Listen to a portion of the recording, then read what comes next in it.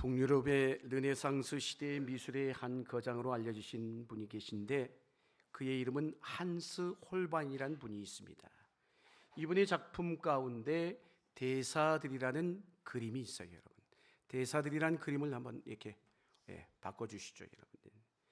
저게 1533년에 완성된 초상화 그림입니다. 이 작품에는 여러분이 눈으로 보다시피 두 사람이 등장하고 있음을 보게 되죠. 여러분, 왼쪽에서 보는 사람이 장드 당트빌이라는 인물이고 오른쪽의 사람이 조르주 드 셀브라는 사람입니다. 실제 인물이에요, 여러분. 두 사람이 다양한 지금 가운데 물건을 두고 양옆에 서 있어요, 여러분. 몸에 왼쪽에 있는 분이 장드 당트빌인데 저 사람의 모습을 보세요. 그럴싸하잖아요. 화려한 옷을 입고 부유함과 뭔가 어떤 가지고 있음을, 부유함을 잘 드러내주는 인물이죠, 여러분. 그런데 저 사람의 손에 잡고 있는 홀이 있어요. 홀을 보여주시면 저 사람이 나이가 29살임을 보여주는 저 안에 지금 저 기호 안에, 여러분 화면에는 잘 안 보여요. 29살이라는 기호가 저기 새겨져 있습니다, 여러분. 그리고 그 옆에 서 있는 조르주 드 셀브, 저 사람은 주교라는 직책을 갖고 있는, 당시로는 나름대로 존경받는 위치에 서 있는 인물입니다. 그런데 저 두 사람 사이에 문명을 상징하는 상당한 많은 물건들이 놓여 있음을 보게 되죠, 여러분. 저기 보십시오. 학식과 능력을 자랑하는 물건들이 함께 있어요, 여러분. 천문학을 탐구하는 기구가 있고요. 저기 왼쪽에는 여러분 지구본이 있죠. 지구본이 있고 또 음악의 악보와 악기와 그리고 과학 수학과 관련된 책들도 함께 놓여져 있다는 것이죠. 그런데 그 중간에 의미심장한 시계 하나가 놓여 있는데, 저 그림을 보면 굉장히 디테일이 강한 작품이에요. 근데 저기에 한 가지 비밀이 숨겨져 있습니다. 여러분, 그냥 우리가 그냥 그림이니까 볼 수 있는데 비밀이 숨겨져 있어요. 바로 저 두 사람 사이에 앞부분에 그려진 뭔가 알 수 없는 형체의 사물이 있음을 보게 돼요. 저게 뭘까? 저렇게 볼 때는, 정면으로 볼 때는 저게 뭔지를 잘 몰라요. 저 그림은 왜곡된 형태로 그려져 있는데 저 앞에 있는 물건을 자세히 다른 방향에서 보게 되면 바로 뭐예요? 해골이라는 것을 알게 됩니다. 이거는 아나모르포시스라는 기법으로 그려진 작품이에요. 특정한 각도에서만 볼 수 있게끔 만든 그림인데 저 그림의 내용이 뭐라는 거예요? 곧 해골이라는 것이 해골이라는 거예요. 그래서 이 그림을 보면서 미술을 공부하신 분들이 저 작품을 많이 보게 됩니다, 여러분. 그래서 다양한 사람들에게 아주 걸작품으로 평가받는 작품 중에 하나인데 당시의 종교적, 문화적, 사회적 상황을 아주 디테일하게, 자세하게 표현되어 있다라고 해서 굉장한 칭찬과 더불어 다양한 각도에서 보고 해석할 수 있도록 그렇게 해서 그려진 그림이기에 많은 사람들로부터 극찬을 받고 있는 작품 중에 하나예요. 제가 저 그림을 소개하려고 얘기하는 건 아니에요, 여러분. 저 그림의 사이즈는 무려 2m에 달하는, 그래서 영국 런던에 가면 내셔널 갤러리라는 곳에 소장이 되어 있는 현재 현존하고 있는 작품입니다. 그런데 무엇보다 두 젊은이와 해골, 매우 대비가 되죠. 두 젊은이는 창창한 젊은이에요. 그리고 심지 그들의 직분은 뭐예요? 대사예요, 대사. 한 국가의 대사라는 거예요. 화려한 옷을 입었어요. 젊은 나이입니다. 학문을 나름대로 학습하고요, 음악도 알고 과학과 수학에 대해서도 남다른 지식을 갖고 있는 인물들이에요. 나침반이나 천문학의 기기들도 활용할 줄 아는 그런 괜찮은 사람들이에요. 그래서 외국의 대사로까지 진출해서 그 역할을 감당하고 있었던 실존하는 인물들이라는 것이에요. 그런데 그 두 사람이 서 있는 초상화에 놀랍게도 저들의 장차 미래가 함께 들어있다라는 것이에요. 저게 저 그림이 보여주는 메시지예요. 무슨 얘기일까요? 아무리 화려하고 아무리 멋지고 아무리 창창한 젊은 나이라 할지라도 아무리 능력을 가지고 있다 할지라도 무슨 일일까요? 두 사람은 결국은 죽는다라는 것이에요. 결국은 죽는다라는 거예요. 남의 얘기가 아니죠. 방금 그림에서 해골이 뭘 의미할까요? 허물을 의미하는 거예요. 허물을. 우리도 죽는다는 것. 그런데 이 해골은 정면에서는 보이지가 않아요. 저 그림에서 비스듬하게 다른 각도에서 볼 때 아주 뚜렷하게 보게 된다는 것이죠. 이것이 저 그림이 특별하게 각광받는 평가의 이유이기도 한 것이에요. 여러분, 덴마크에서 최고의 작가로 꼽히는 이자크 디네슨이 쓴 글 가운데 바네트의 만찬이란 작품이 있습니다. 문학 작품이 있는데요. 1987년에 쓰여진 작품인데 이 작품을 가지고 영화로도 제작이 됐어요. 노르웨이, 그 이야기는 그렇습니다. 노르웨이 산골의 마을의 한 마을의 목사인 아버지를 도와서 아주 독실한 청교도 공동체를 이루며 살아가는 두 자매가 있었어요. 그들의 이름은, 하나의 이름은 마르티네이고 또 다른 하나의 이름은 필리파라는 이름을 가진 젊은 여성들이었습니다. 근데 이들이 두 자매인데 얼마나 미모가 뛰어난지 아름다운지, 그래서 주위의 뭇 남성들로부터 기웃거릴 정도로 그렇게 아름다운 두 미모를 가진 자매였습니다. 그런데 그곳에 어느 날 한 군인 장교인 로벤 헬름이라는 사람이 찾아오게 됩니다. 잠시 머물던 가운데 그래서 이 두 자매를 만났는데 그 중에 한 자매였던 마르티네아를 보는 순간 첫눈에 반해서 사랑에 빠지게 돼요. 그런데 그곳에 이 장교가 오래 머물지를 못했습니다. 왜? 세상적인 나름대로의 젊음에 욕망을 가지고 있었기 때문입니다. 세상이 이루고자 하는 그 욕망 때문에 결국 사랑하는 여인을 버리고 그 마을을 떠나고 맙니다. 그리고 시간이 흘렀어요. 마침내 자기가 이루고자 하는 꿈인 장군의 자리까지 다다르게 됩니다. 세상적으로 본다면 얼마나 많은 부귀와 영화를 누리게 된 셈일까요? 그리고 이후에 많은 시간이 흐르고 나서 이 로벤 헬름도 나이가 어느 정도 들었어요. 그러다가 어느 날 이 마르티네가 있는 마을에 다시 찾아오게 됩니다. 여러분, 마르티네와 필리파는 여전히 가난하고 어려운 사람들을 도우며 살다가 그 역시도 나이가 어느 정도 들어서 노인이 된 거예요. 그때 모든 것을 다 얻은 그가 젊은 시절 로벤 헬름 자신에게 독백하던 이 여인이 마르티네가 로벤 헬름이 없는데도 있는 것처럼 로벤 헬름에게 독백의 이야기를 이렇게 내뱉습니다. 뭐라고? 로벤 헬름, 오늘 너는 네가 젊은 시절 이곳을 떠났던 너의 행동이 옳았다는 것을 반드시 증명해야 돼. 글쎄요, 그의 마음이 어땠을까요? 많은 생각이 드는 대사예요. 젊은 시절 자신의 꿈을 이루고자 사랑하는 여인을 떠난 결단, 이제 사람들 앞에서 그때 내가 옳았어 라고 증명해야 한다는 마음으로 잔치자리에 들어서게 됩니다. 그런데 로벤 헬름이 일어서면서 마지막으로 그 작품에서 이런 대사로 내뱉게 됩니다. 로벤 헬름이 이렇게 얘기했어요.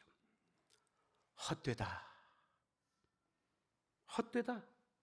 모든 것이 헛되다. 사랑을 버리고 떠난, 그리고 영광을 찾아 떠난 인생이 한마디로 무엇으로 요약되는 거예요?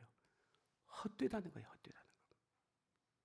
인생을 마무리할 쯤 여러분에게도 물어봅니다. 오늘 이 아침 말씀을 통해서 여러분은 어떤 대답을 내 인생의 마무리할 쯤 대답하고 싶으십니까? 우리도 헛되다, 모든 것이 헛되다, 이렇게 말하게 될까요? 오늘 본문 속에 나오는 지혜자와 같은 지혜자도 똑같은 고백을 하죠. 지혜자가 뭐라고 얘기합니까? 우리가 잘 아는 전도서 서문 첫 번에 1장 2절에 이렇게 말씀을 합니다. 한번 읽겠습니다. 시작.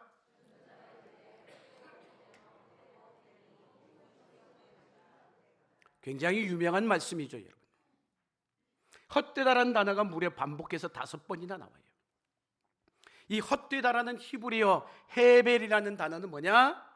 숨, 증거 이런 의미인데 이런 거예요. 구체적으로 표현하면 우리가 숨을 쉬잖아요. 들숨, 숨을 쉬는데 뱉어야 살잖아요, 여러분. 들이쉬기만 하면 죽는 거죠, 여러분. 즉 헤벨은, 즉 헛되다라는 말은 숨을 딱 들숨을 쉬었는데 숨을 내뱉지 못하고 결국 숨이 끊어지고 마는 것, 그게 헤벨이란 단어의 의미인 거예요. 그래서 여기서 5번이나 헛되다라고 말한 것은 히브리 문학의 최상급을 표현할 때 쓰여지는 거예요. 그만큼 헛되다라는 거예요, 여러분. 전도자가 해 아래에서 수고하는 사람의 수고가 헛되며 헛되다라고 고백하고 있죠, 여러분. 그런데 헛되다라고 고백하는 전도자, 그 지혜자가 누구죠? 전도서의 기자가 누구예요, 여러분? 솔로몬이잖아요, 여러분. 솔로몬은 우리가 알고 있다시피 이스라엘의 위대한 왕이었습니다. 최고의 지혜자로 소문난 임금이었다는 거예요. 그의 지혜에 대해서 소문이 얼마나 났으면 이방의 왕들까지 찾아와 그들 앞에 엎드리고 굽신거릴 정도로. 그게 바로 솔로몬이에요, 여러분.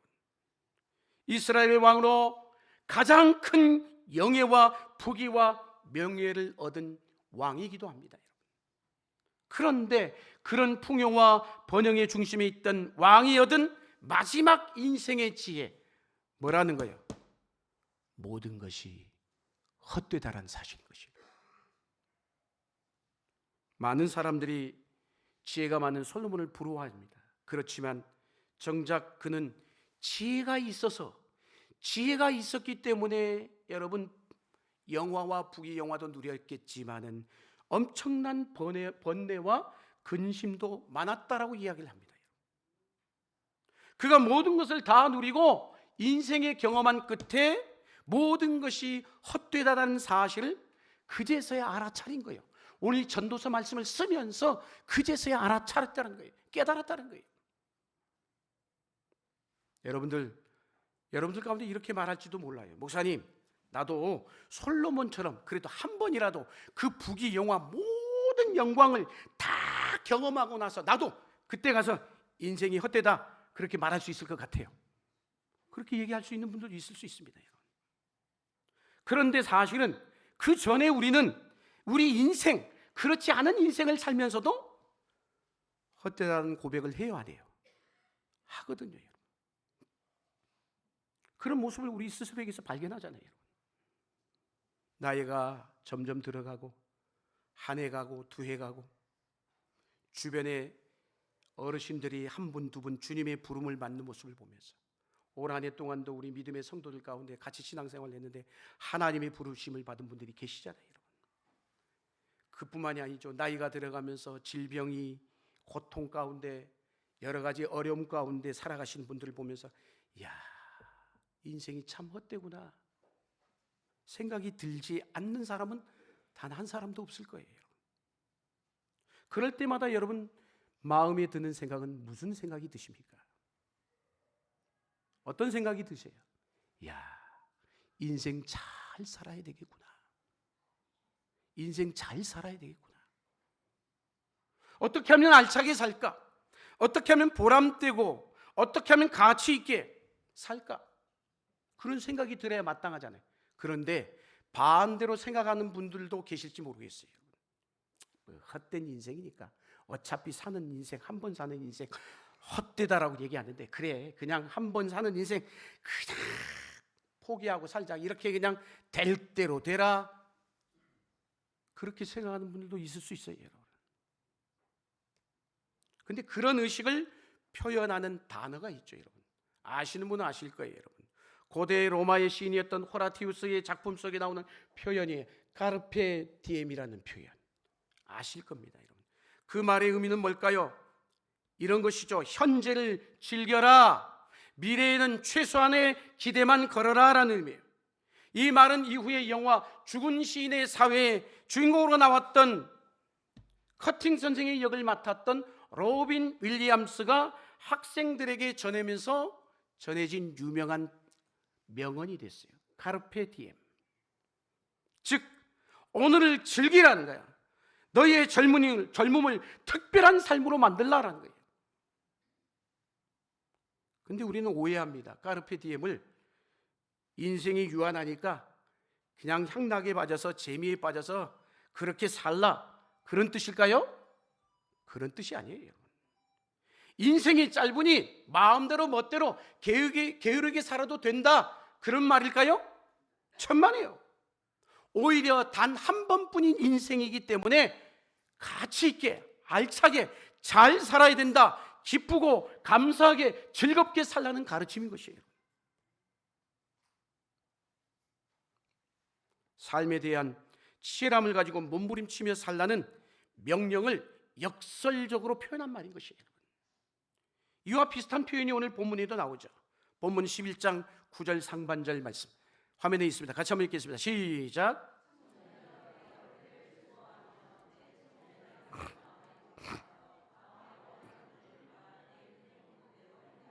똑같은 얘기잖아요. 즐거워하며 기뻐하며 네 마음에 원하는 대로, 네 눈에 보이는 대로 행하라. 자, 보세요 여러분. 인생이 분명히 전도서 처음 시작하면서 헛되니 모든 것이 헛되다라고 고백했던 이 전도서의 기자가 오늘 끝부분 전도서의 마지막 11장에서 말씀하고 있어요. 젊은이들이여, 네가 원하는 대로 살아보라. 마음에 기뻐하는 대로 살아보라. 권면하고 있어요. 마음껏 살라는 자유의 명령을 외치고 있는 거예요. 젊은 시절을 놓치지 말라는 말씀이기도 하죠. 여러분, 우리가 살아가면서 사람의 현재 중에 가장 좋은 때가 언제일까요? 할렐루야. 지금. 그렇죠. 그래서 금 중에도 세 금이 있는데 그 중에 하나가 지금이잖아요. 여러분 아시죠? 젊은이들이 경험하는 것, 특별히 젊음의 시간, 살아있는 시간, 그게 현재가 아니겠어요? 여러분? 왜 그렇습니까? 인간의 삶이 허무하기 때문입니다. 그런데 전도서 기자는 딱 여기서 끝나면 이건 성경이 아니야, 세상에서도 다 할 수 있는 얘기예요. 여기서 끝나지 않아요. 젊은이여 즐겁게 살라, 이 말로 끝나지 않고 있다니. 그 다음 전도서가 뭐라고 덧붙여서 얘기합니까? 전도서 11장 9절 하반절 말씀 같이 한번 읽겠습니다. 화면에 있습니다. 시작. 아멘. 유한한 인생을 살아가는 사람들이 가져야 될 지혜로운 삶의 태도를 얘기하고 있어요. 뭘까요? 하루하루를 즐겁게 살라, 마음껏 살아라. 그런데 단 한 가지 조건이 있다는 거예요. 뭘까요? 하나님께서 반드시 인생의 결산의 때에 너를 심판하실 것을 기억하며 염두에 두고 살라는 것이에요. 할렐루야. 아니, 그렇다면 이런 질문이 나오죠. 목사님, 하나님이 병 주고 약 주는 겁니까? 뭐 열심히 기쁘게 즐겁게 살라고 해놓고 갑자기 왜 심판 얘기가 나옵니까? 우리의 자유를 억압하는 말씀처럼 들릴 수도 있어요. 하지만 전도자가 이렇게 말한 데는 매우 중요한 이유가 있어요. 여러분, 우리가 마음대로, 여러분 그렇잖아요. 마음대로 산다고 해서 사람을 죽이는 살인하며 살 수는 없잖아요. 여러분 그렇잖아요. 여러분 하고 싶은 대로 살라고 해서 간음하며 살 수는 없잖아요. 여러분 오늘 그래서 뭐라고 얘기합니까? 전도서 11장 9절 다시 한번 반복해서 읽겠습니다. 시작.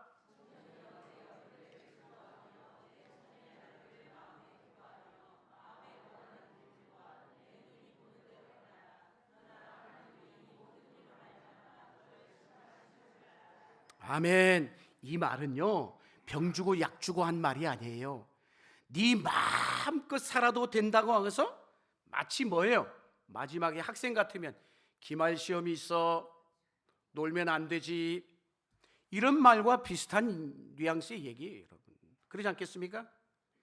그러면 이런 질문이 생기죠. 여러분 왜 우리는 그런데 여러분 마음껏 사세요? 아니잖아요. 왜 마음껏 살 수 없을까요?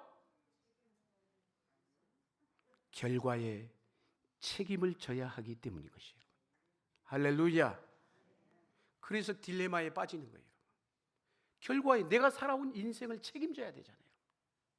마음껏 살아도 되지만 성경은 뭐 결과는 책임져야 된다는 거예요. 이런 딜레마를 아마 우리 살아가는 성도들뿐만 아니라 우리 젊은이들 같은 경우는 굉장히 경험할 거예요.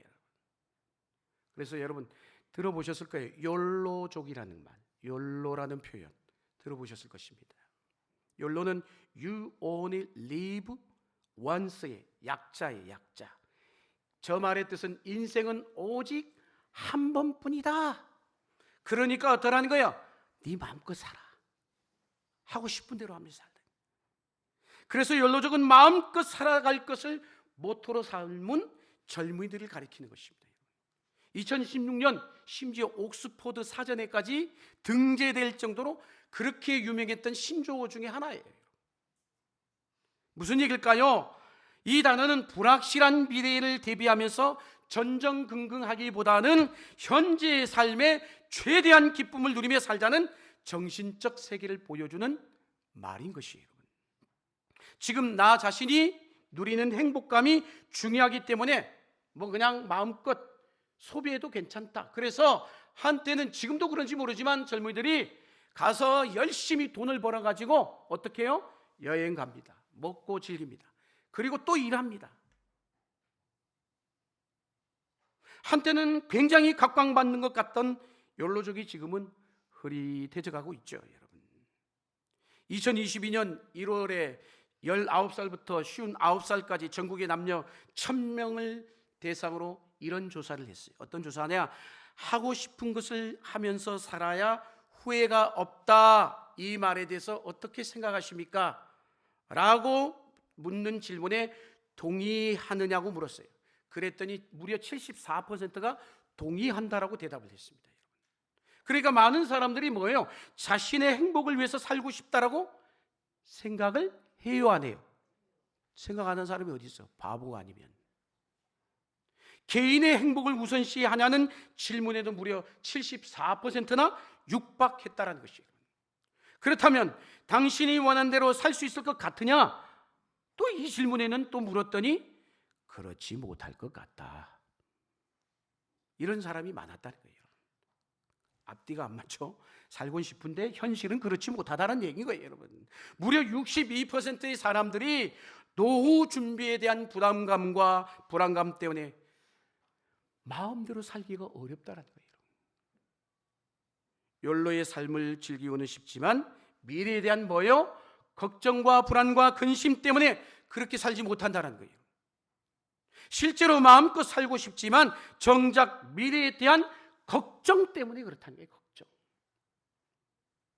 사랑하는 여러분, 오늘 이 아침에 이 전도서의 말씀을 보면서 여러분은 어떤 생각이 드십니까? 마음껏 살라고 하나님이 말씀하셨어요. 그런데 그 다음에 뭐라고요? 하나님, 심판이 있을 줄을 알라. 이 말씀이 여러분에게 오늘 이 아침 어떻게 다가오시느냐라는 거예요. 마음대로 살다가 하나님 앞에서 책망을 받으면 어쩌나 하는 근심이 있어요, 없어요? 있어야 맞는 거죠, 여러분. 그런데 우리 안에는 이것을 뛰어넘은 원초적인 근심거리가 있어요.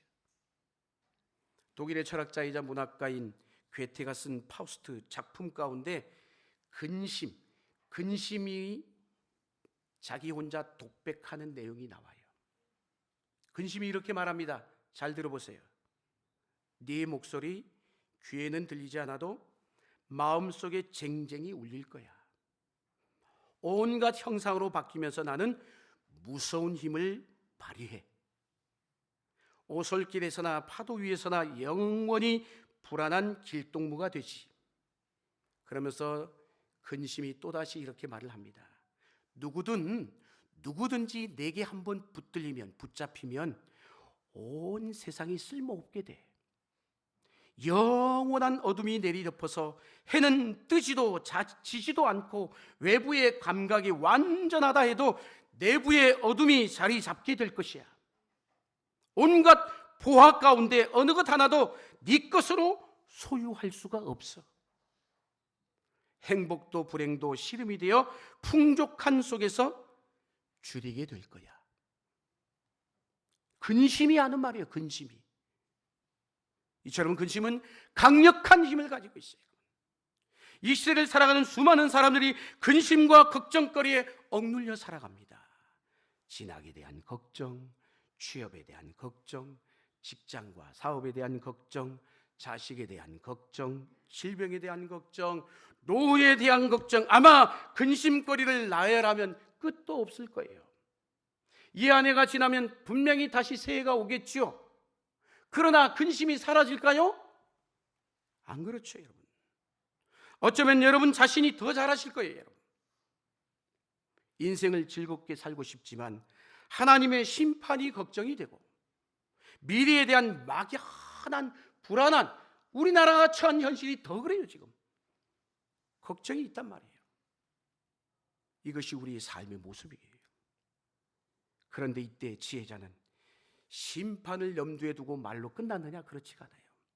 심판을 염두에 두면서도 행복하게 살아가는 두 가지 비결을 오늘 우리에게 제시하고 있어요. 전도서 11장 10절 말씀 이어서 읽겠습니다. 시작.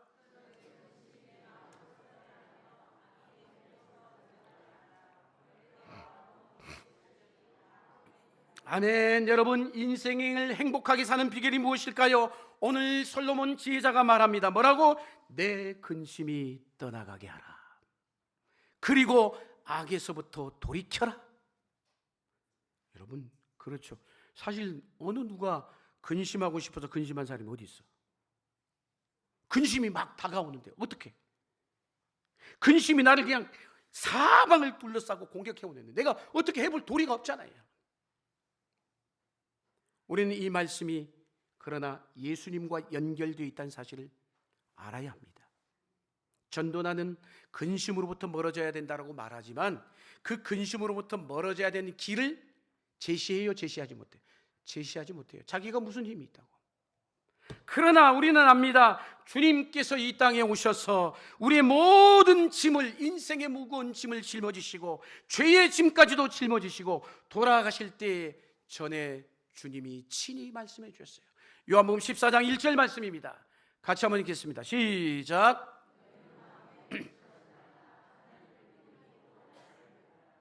여기에 해결의 길이 열려 있는 거예요, 여러분. 아멘.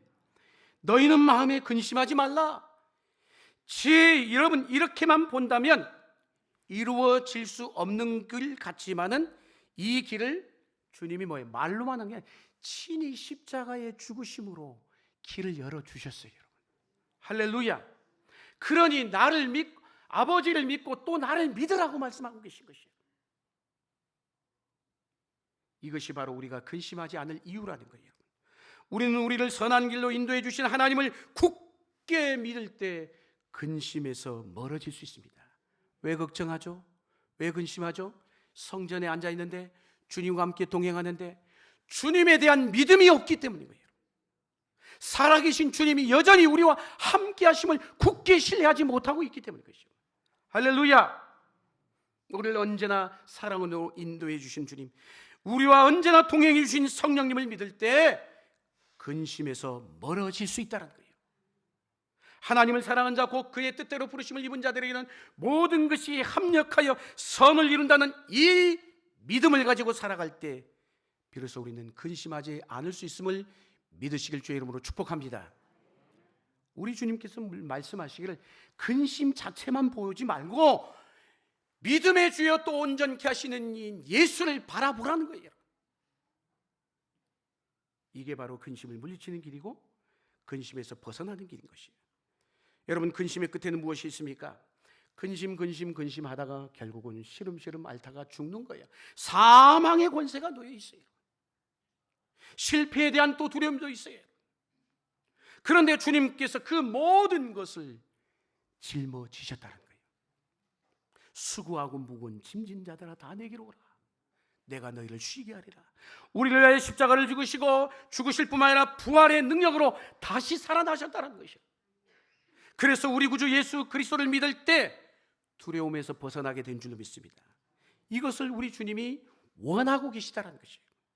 또 다른 한 가지 인생을 즐겁게 사는 비결, 전도서 11장 10절에 나오죠. 뭐라고 얘기하고 있어요? 악이 내 몸에서 물러가게 하라라고 있어요. 자, 오늘 10절 말씀 같이 한번 읽겠습니다. 시작.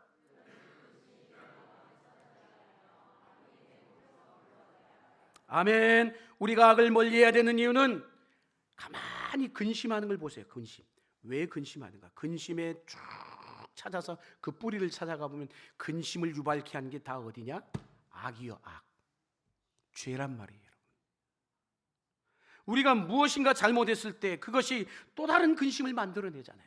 그리고 심판을 견딜 수 없게 만듭니다. 그래서 사랑하는 성도 여러분, 우리 주님께서는 우리가 이 세상을 기쁘게 즐겁게 살라고 말씀하고 계십니다. 우리 앞에 즐겁게 살라는 주님의 명령이 놓여 있어요. 이것을 위해서 우리가 할 수 있는 일이 무엇일까요? 모든 근심과 걱정으로부터 벗어나는 거예요.